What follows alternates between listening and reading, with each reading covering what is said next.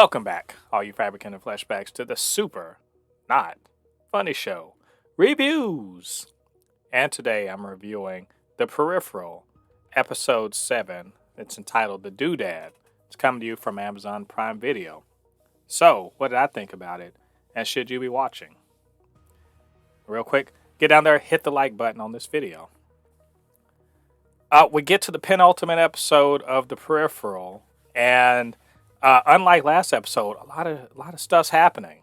A lot of things are going on in this. In the future, in the past, some untied ends are starting to come together. For instance, the assassin at the end of the previous episode, Bob, he effected his escape. What went on with that? Inspector Lowbeer has run down on Zuboff and on Flynne, and she wants something. What does she want? And what does the Metropolitan Police have to do with all of that?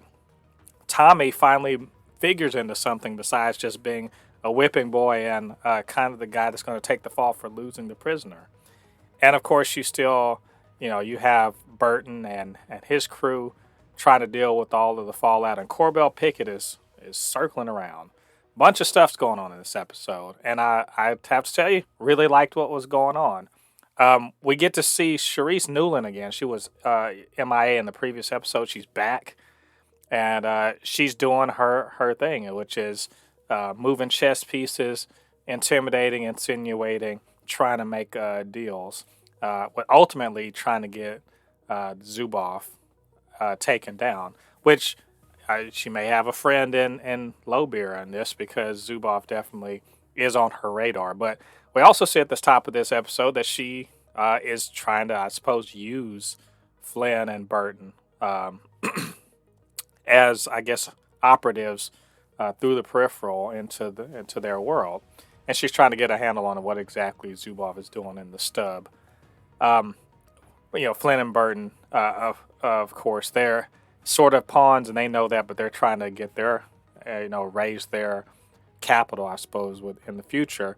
To that end, you got Burton and Eli, who are, not Eli, Connor, who are, they're using their peripherals to show that, hey, they're combat ready and that they can be as good as Android. And we actually get to see something pretty cool. Lowbeer's Android assistant, who kicks a lot of ass.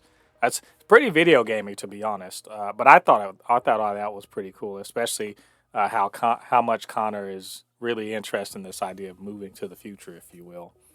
But meanwhile, in the back in the quote real world, in the present time, you have Bob, who's gone out and he's escaped and apparently killed Corbell Pickett's wife, and now he wants to complete the job because he's worried for his daughter, and that means he kidnaps, holds for hostage Flynne and Burton's mom, while killing one of their friends, Reese, which was, and actually in a really cool little fight scene, wherein Reese gets totally kind of like sucker punched or sucker stabbed, and despite all the stabbing and everything, he still kind of gives it his all.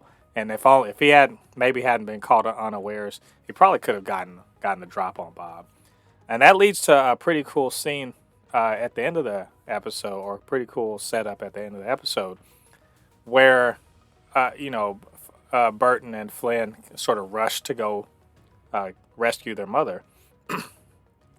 And we see kind of the way the future tech that was intentionally introduced into this stub, the stub that they live in, and how it gives them the ability to kind of do some things that Bob the assassin wouldn't be aware of, which is to get a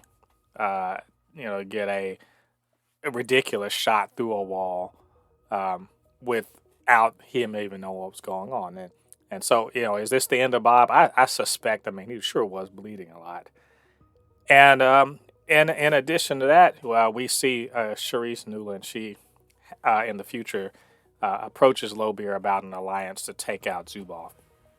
And speaking of Zuboff, he wasn't out of the picture here. Here he kind of